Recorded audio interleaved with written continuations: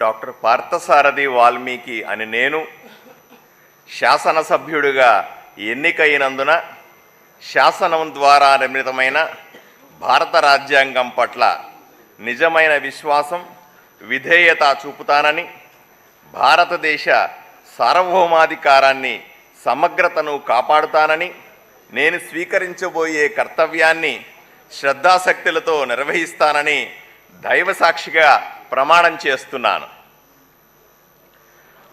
ఆంధ్రప్రదేశ్ శాసనసభ సభ్యుడినైన డాక్టర్ పార్థసారథి వాల్మీకి అనే నేను సభ నియమాలకు కట్టుబడి ఉంటానని, వాటిని అనుసరిస్తానని, సభా మర్యాదలను పాటిస్తానని, సాంప్రదాయాలను గౌరవిస్తానని దైవసాక్షిగా ప్రమాణం చేస్తున్నాను.